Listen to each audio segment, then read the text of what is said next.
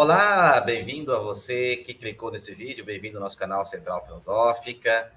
E hoje, neste vídeo, eu quero fazer uma entrevista com a professora Cristiane Marinho acerca do seu livro Processo de Subjetivação, Governamentabilidade Neoliberal e Resistência.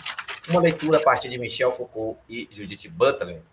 Ela que é professora da Universidade Estadual do Ceará e doutora em filosofia.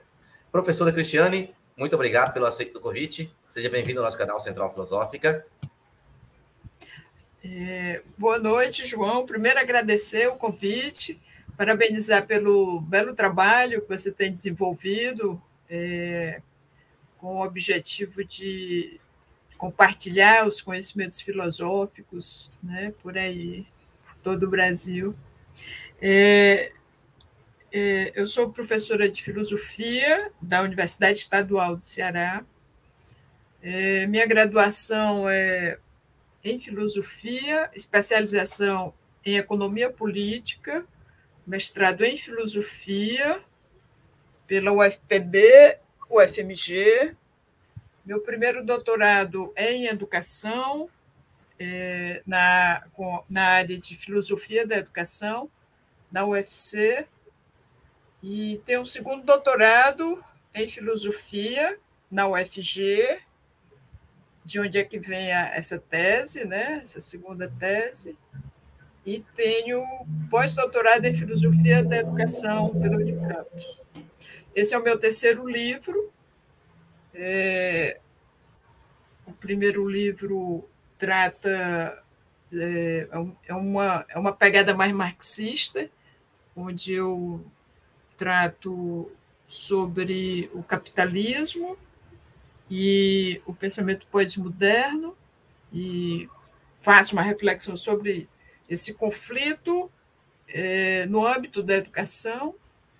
O segundo livro é do meu pós-doutorado, onde eu faço uma retomada da história da filosofia da educação no Brasil e mostro que a gente tem uma influência extremamente conservadora no âmbito da filosofia, da educação e da influência que a filosofia tem na educação, mostrando uma renovação, né, dessa área de conhecimento com a chegada da filosofia da diferença no Brasil.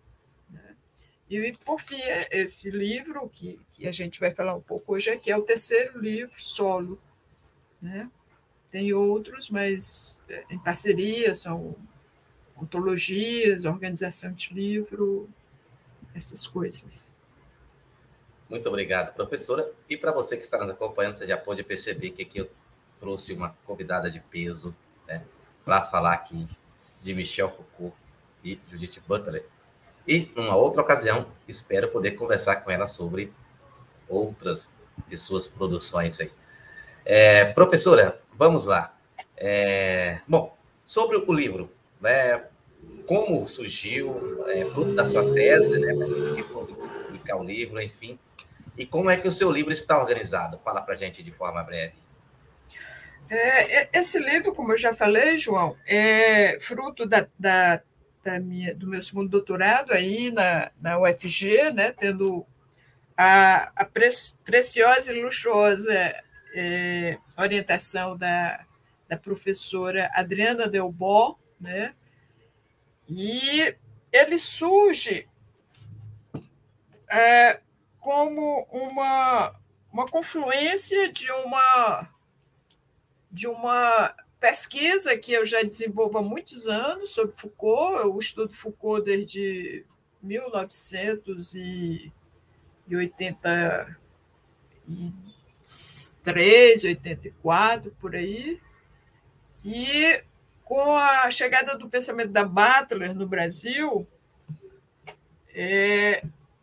me veio a vontade e a curiosidade de aprofundar mais, né, os meus conhecimentos sobre essa interlocução entre ambos, né, na medida em que ambos tratam de assuntos que me são muito caros, né, como a questão do poder, a questão da filosofia política, a questão a filosofia de gênero, não é?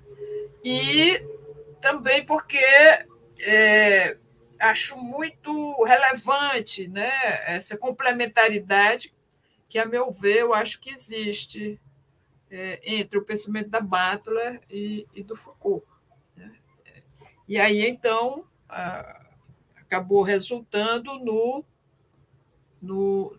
na tese, né? Na tese da UFG, que foi defendida em 2021, e, inclusive, ela foi indicada, né, para o prêmio CAPES. Não levei, mas já fiquei feliz com a indicação como sendo a tese mais bem elaborada, né, daquele ano pelo PPG-Vil da UFG. Já é um prêmio. Sim, muito bom. Principalmente em sendo mulher, né, onde você sabe que é muito difícil, Sim, né, a sim, posição da mulher dentro da filosofia, e também por ser nordestina. Né? Eu acho também. que É, já é um prêmio. com certeza, já merece todos os méritos, né? Parabéns. Já aproveitando, falando aí da sua obra, né? Do seu livro, fruto da sua tese, você trabalha aí, olha só, me chama muita atenção e que eu quero aqui começar conversando, os termos subjetivação, subjetividade, subjetivação e subjetividade. Primeiro, identidade e subjetividade tem alguma correlação? E subjetividade e subjetivação, né? Não são a mesma coisa. Mas, enfim, qual é a diferença, né? E se o processo de subjetivação é sempre uma coisa, se é uma coisa negativa ou não, não necessariamente. O processo de subjetivação, se é Isso, uma coisa negativa, sim. isso. Bom, bora começar do início. Começar do início. Eu vou responder isso dentro da perspectiva do livro. Né? Quer dizer, então, eu tomo como referenciais teóricos Foucault e Butler. Né? O processo de subjetivação, dentro da perspectiva Foucaultiana, é um processo em que a gente vai se tornando sujeito. Né? E a sua pergunta é muito pertinente, porque dentro da elaboração dessa categoria, dos moldes Foucaultianos, ele vai dizer que a subjetivação ela sempre se dá por um processo de assujeitamento. Quer dizer, não há uma subjetivação que não passe por esse movimento de assujeitamento. Né? Quer dizer,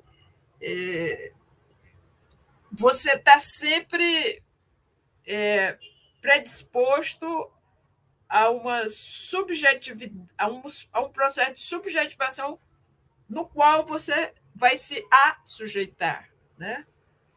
Mas isso aí não é necessariamente negativo, porque, resguardada as diferenças, você tem que o processo onde você se torna sujeito, que inclusive em francês, né, tem o princípio mesmo de assujeitamento, sem esse assujeitamento não haveria o processo de subjetivação. E isso, no sentido Foucaultiano, é muito adequado, é muito coerente, porque, na verdade, não há ausência de poder. De qualquer forma, você, quando se subjetiva, você está sempre, de alguma forma, se adequando a determinadas normas, a determinados contratos sociais, digamos assim. Mas isso não quer dizer uma coisa ruim, a não ser que, de fato, haja uma total submissão às normas. Não é? E por que não é ruim de todo? Né? Porque, primeiro, a questão do poder em Foucault ela pressupõe vertente da resistência. Quer dizer, você nunca se assujeita de uma forma definitiva e, e, e final, não é? Quer dizer, a existência do poder implica na existência da resistência. E aí tem um segundo elemento nesse universo, né, categorial, que em Foucault, né, que as relações elas são relações agonísticas. Quer dizer, você não se assujeita como uma forma de não existir saída para você. Não. Há sempre a desobediência, vamos dizer assim. Né? Então, nesse sentido, portanto, nem há ausência de poder, mas também não há ausência da possibilidade de resistência. Né? E aí você tem um processo de elaboração de sujeitos. Né? Sujeitos, somos sujeitos no sentido mesmo de sujeição. Né? Porque você chega e já está tudo aqui, você de alguma forma se insere no que existe. Mas essa inserção no que já existe, né, não quer dizer uma anulação da possibilidade do exercício da sua liberdade ou das suas escolhas, mesmo que essas escolhas elas sejam mais rarefeitas. Né? E isso aí se distingue, por exemplo, da questão da subjetividade em Butler. Né? Porque, por exemplo, a Butler concorda com Foucault até determinada altura, inclusive com a presença das normas, a repetição das normas, né? A questão da iterabilidade. Né? Não existe assim uma relação automática entre cultura e natureza. Né? Você aprende ou você é sujeitado e pronto, o poder vai embora tranquilo, dormir. Não. Né? O poder vai se exercendo pela reiteração das normas, né? Pela repetição das normas. Mas a Butler ela traz um elemento que ela considera importante nesse processo de subjetivação, que é o elemento psíquico. Bom, a questão do processo de subjetivação em Butler é muito próxima à compreensão do processo de subjetivação em Foucault, mas ela traz um elemento que para ela é muito importante, que é o elemento psíquico, que, segundo ela, né, o Foucault não teria valorizado, né, nesses pensamentos dele sobre a questão do processo de subjetivação. Então, nesse sentido, o elemento psíquico para Butler seria importante no processo de subjetivação, porque ela fala que a norma não está fora do sujeito, né? E o poder não está fora do sujeito, mas há uma espécie de constituição do próprio sujeito a partir do poder, né? Que esse poder, as normas, né? Que vão processar esses assujeitamentos, passam a fazer parte da própria vida psíquica. Né? Então, daí a vida psíquica, né? do poder e o elemento psíquico como elemento importante nesse processo de subjetivação. Eu costumo dizer que, nesse sentido, a matéria que vai nos constituir enquanto sujeito é a mesma matéria do poder. Né? É como se o barro do poder fosse o mesmo barro que nos fizesse, né? Nos constituísse. Sim, nesse processo de. Veja só, a questão que quando eu penso a subjetividade, está ligada à questão do modo como o indivíduo ele enxerga, como ele pensa, né? Como ele pensa, o modo dele próprio, né? De ver e de pensar as coisas, certo? Aí eu vejo que esse processo da subjetivação seria uma construção desse seu modo de pensar e sentir e se comportar no mundo. Sim, Sim, então, ou seja, ele sempre vai ocorrer. Uma vez um indivíduo vivendo em sim, sociedade, ele vai sim, ocorrer. Aí, então, você está me dizendo que esse processo de subjetivação ele é perpassado pelas relações de poder. Sim, sim, porque toda a existência do mundo e da sociedade, né? Todos esses elementos eles são perpassados pelo poder. Não há ausência de poder, né? No sentido Foucaultiano, não há. É, o poder sempre vai se exercer de alguma forma e já se exerce nas relações pessoais, né, em toda e qualquer circunstância humana, não é? Exatamente porque para Foucault não existe o poder, né, aquele Uhum. poder centralizado, todo poderoso. Não, o que você tem são poderes macros que vão se exercendo de formas diversificadas, e você também tem os micropoderes, né? Então, existe poder para tudo quanto é lado, vamos dizer assim, né? Não existe um paraíso, né, onde a gente Sim, vive tudo sim. tranquilo. Não, há sempre um exercício de poder, né, nas relações amorosas, nas relações profissionais, né?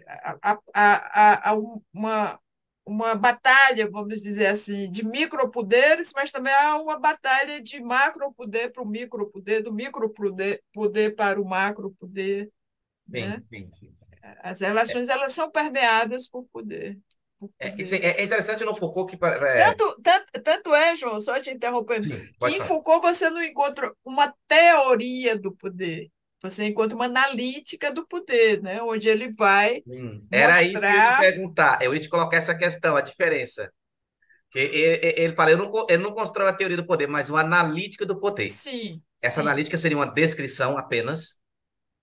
Não, não é só uma descrição, né? É uma genealogia, no sentido nietzschiano, né? Que ele faz dos diversos tipos existentes de poder. Porque, veja, é, até hoje, por exemplo, até hoje, né, e quem fala isso tanto é Foucault quanto Butler, a gente vive uma perspectiva política, tanto em pensamento quanto na prática, do que nos foi legado pelo iluminismo, né? O contrato social, né? Toda aquela conjuntura de pensamento dos contratualistas, né? E a sociedade como um todo, o Estado, etc, etc, etc. Eles ambos dizem que a gente precisa suplantar essa, essa, essa forma de pensamento, né, que dirige a política até hoje. Porque então o que você tem são poderes diversificados que vão se exercendo e vão se constituindo e vão se transformando com o tempo. Então, nessa analítica de poder, o Foucault vai mostrar que tanto existem micropoderes, que são extremamente diversificados, né, quanto numa macro estrutura de poder, você vai ter o poder pastoral, você vai ter o poder soberano, você vai ter o poder disciplinar, você vai ter a biopolítica, né, e você vai ter a governamentalidade, que é uma forma de racionalidade que está presente no âmbito da biopolítica. Quer dizer, são formas de poder que vão se exercendo através do tempo, porque vão se modificando em conformidade com as próprias mudanças econômicas, políticas, etc. Mas não há uma Agora, hierarquia aí.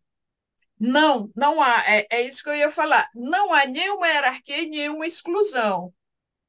Né? Porque, então, até hoje, por exemplo, no momento de uma governamentalidade que a gente está vivenciando, né? Conforme a maneira que o Foucault detecta, né? A existência do poder contemporâneo, você tem presente elementos tanto do poder pastoral, que, aliás, diga-se de passagem, a própria política, no seu exercício, ela se ela é atravessada pelo poder pastoral, a questão da confissão, a questão do pastor, né?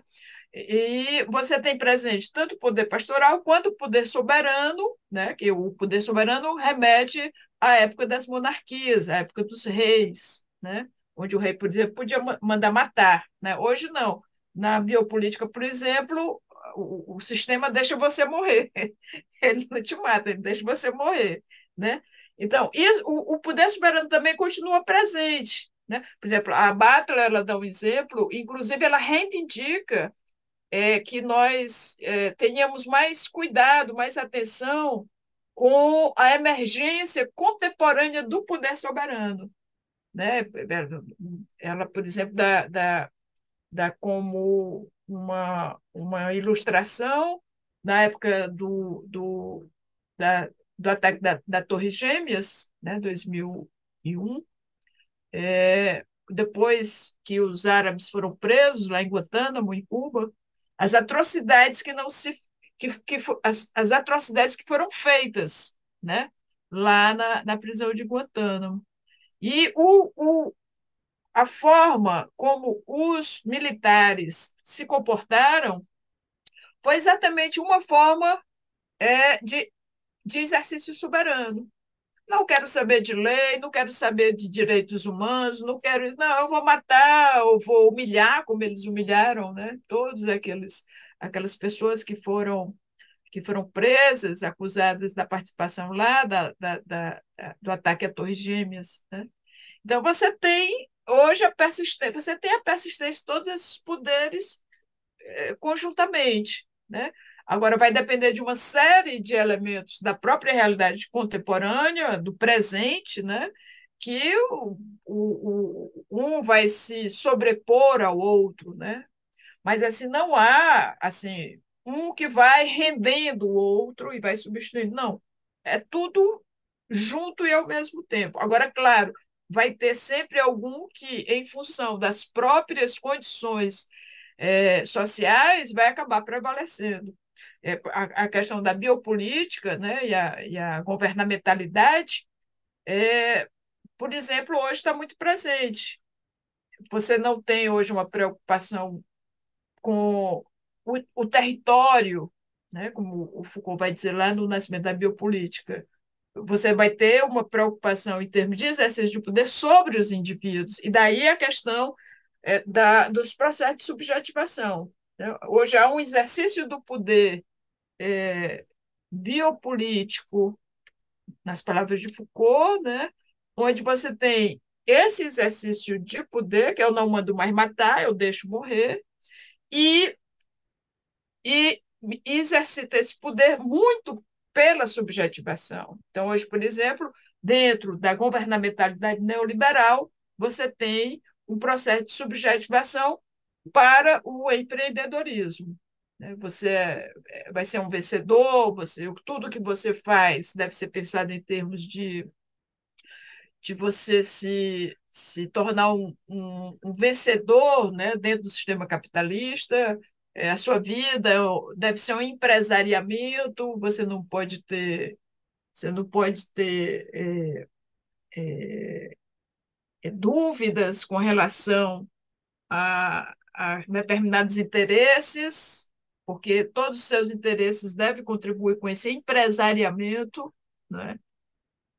Então, não tem uma exclusão de um poder ou de outro, pelo contrário, né? Eles sobrevivem e vão se adensando, e um vai acabar prevalecendo, prevalecendo, não excluindo os outros, né? Mas em conformidade com a própria distribuição das instituições, da economia, né, de determinado país. Sim, sim, sim. Veja só, um outro elemento que aparece na questão do poder. João, deixa eu só complementar aqui, Sim. porque sempre está nesse paralelo de Foucault e Butler, né? Então, a Butler ela concorda plenamente com Foucault. Não tem por que existir uma teoria do poder, né? Ela diz também que, de fato, há essa diversidade de poderes, e é, o que dá para se fazer é certamente uma analítica, né? E ela reivindica fortemente a necessidade de hoje a gente avançar em relação àquilo que Foucault deixou em termos de analítica do poder. E hoje seria urgente a gente fazer uma nova analítica do poder para compreender melhor a existência do presente, também tal qual Foucault pretendeu, né? Digamos que nesse ponto ela seria uma discípula do Foucault? Não, ela Não. não é discípula de ninguém. A relação dela com seus interlocutores é uma relação muito, muito interessante, né? Porque é uma profunda estudiosa de vários pensadores, ela tem uma miríade, né, de interlocutores e interlocutores de várias áreas, isso é que é interessante. E ela dialoga, né, com o pensamento de todos eles, faz crítica e avança sempre com relação a algum ponto ou outro, né, desses interlocutores. A mesma coisa também se passa da relação dela com Foucault, né? Inclusive, ela diz numa entrevista, muito claramente, de que caminha com Foucault até determinada altura e depois segue adiante. É devedora de Foucault. Tanto é que até hoje, quando você lê os livros mais recentes dela, Foucault está lá, né? Mas é como se fosse, para utilizar a expressão do próprio Foucault, é como se fosse uma ferramenta, né? O próprio Foucault passa a ser uma ferramenta para o pensamento butleriano, mas nunca como uma forma de discipular, né? Ela não é discípula, ela caminha junto. Digamos que ela sobe nos ombros de Foucault para enxergar mais longe que Foucault. Pronto. Ou então Aí, caminha ao lado, né? aí nesse ponto que olha aqui, olhando aqui do seu livro, aqui 1.4, aqui você fala 1.4. aqui, por uma analítica do poder atualizada e a ressurgência da soberania. É nesse sentido, né? Foi isso que eu falei, né? Sim, Que sim. ela chama a atenção. Quer dizer, o que o Foucault fez é Agora, o necessário que a curioso é gente essa faça hoje. soberania. Essa ressurgência da soberania não implica um poder também Não, não, maior, poder máximo? sim, mas o que ela pretende que se faça é a analítica dessa soberania contemporânea. Ah, entendo. Ah, entendi. É preciso se Entende? Porque debruçar a sobre. soberania, ela está lá na época das monarquias, dos reis, né? E como eu Sim, falei, a prisão de Guantánamo, depois do ataque às Torres Gêmeas dos Estados Unidos, né? Ela dá um exemplo que lá na prisão de Guantánamo, ali foi uma espécie de exercício de poder soberano, porque não se respeitava a lei, né? Do soldado até o coronel, cada um mandava de uma forma radical, né? Tortura, humilhação, matança, né? Quer dizer, então, o que é que se deveria fazer hoje? Era fazer o que Foucault fez, compreender essa realidade contemporânea, daí a necessidade de uma nova analítica do poder, vamos analisar o que é que esse poder tem, né? E como hoje se exerce esse poder soberano, que necessariamente não tem que estar na mão do rei nem do monarca, né?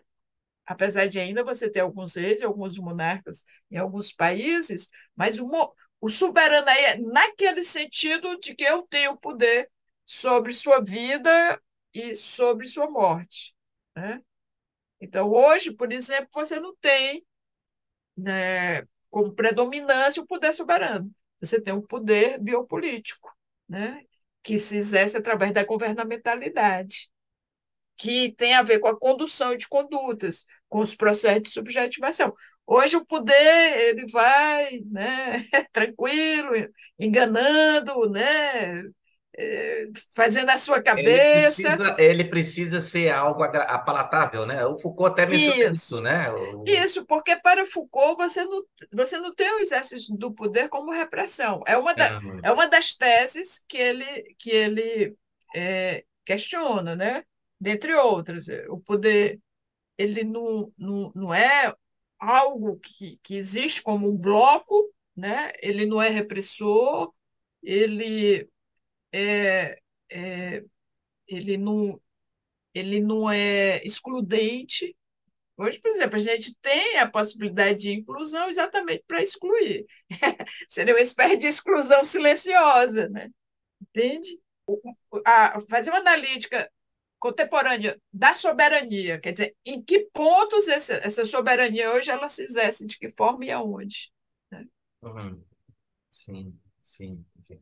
É interessante, é interessante essa questão.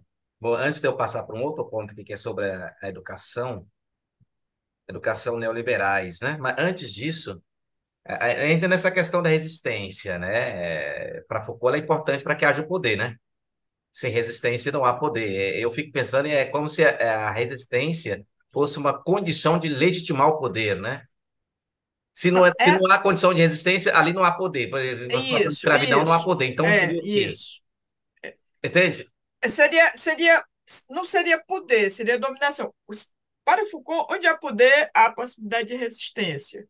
Mas o poder ele não se exerce de uma vez por todas, né? Ele vai repetidamente se manifestando e vai se repetindo, né? E ele vai se repetir porque a natureza ela não tem uma relação automática com a cultura. Entende? Não é um chip que eu coloco em você e você, opa, já estou ligado. Não. Tem que repetir várias vezes a norma, né? A norma, para você ir se subjetivando. Tá? Então, entre uma repetição e outra, vamos dizer assim, você tem a possibilidade de despertar, porque você também não tem uma constituição simplesmente de estar sempre sujeito, né, à repetição da norma. Então, há essa possibilidade de você desobedecer, dizer, não, não quero essa norma. Né? Aliás, ele fala lindamente sobre isso quando ele diz, não quero ser governado dessa forma, ou não quero ser governado tanto assim. Né? Quer dizer, não há possibilidade de não existência do governo, você vai estar sempre governado, porque você vive imerso em relações de poder. Mas, assim, te, te resta, né? É bom, né, que você também, de alguma forma, determine qual tipo de poder ao qual você vai ser, por qual você vai ser conduzido. Né? Eu não quero ser governado assim. Não quero ser governado tanto assim. Eu não quero ser governado dessa forma. Né? Então, aí você tem a possibilidade da resistência. É o contrário da dominação, né? Os escravos, por exemplo, amarrados no pelourinho, com aqueles ferros todos, ali não tem possibilidade de resistência. Não tem possibilidade de resistência. Né?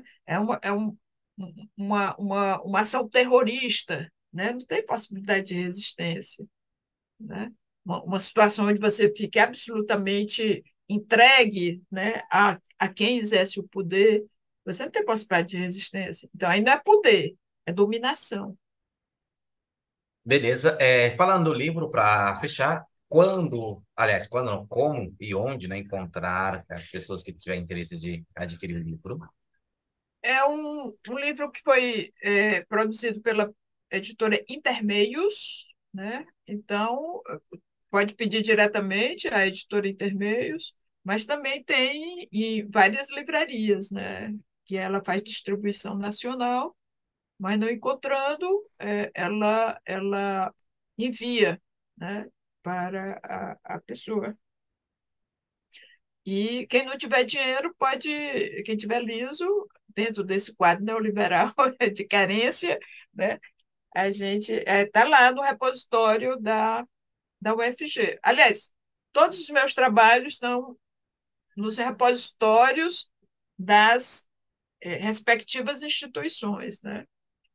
Tanto o pós-doc está no repositório da Unicamp, o livro do primeiro doutorado está no repositório da UFC e esse também está no repositório da UFG. Professora Cristiane, muito obrigado pelo aceite do convite, por estar Eu aqui. que agradeço, João. E, novamente, parabenizo o seu trabalho de muita importância, principalmente nesses tempos sombrios, né, para falar com a Arendt. Né? Pois é. Muito obrigado, minha querida. Agradeço também você que está nos acompanhando até aqui no Centro de Casa. Caso você tenha se esquecido, deixe aqui seu like nesse vídeo, deixe aqui seu comentário, perguntas e inquietações, pois o seu comentário ou pergunta poderão ser objeto de um novo vídeo. Um abraço, nos veremos em um próximo vídeo.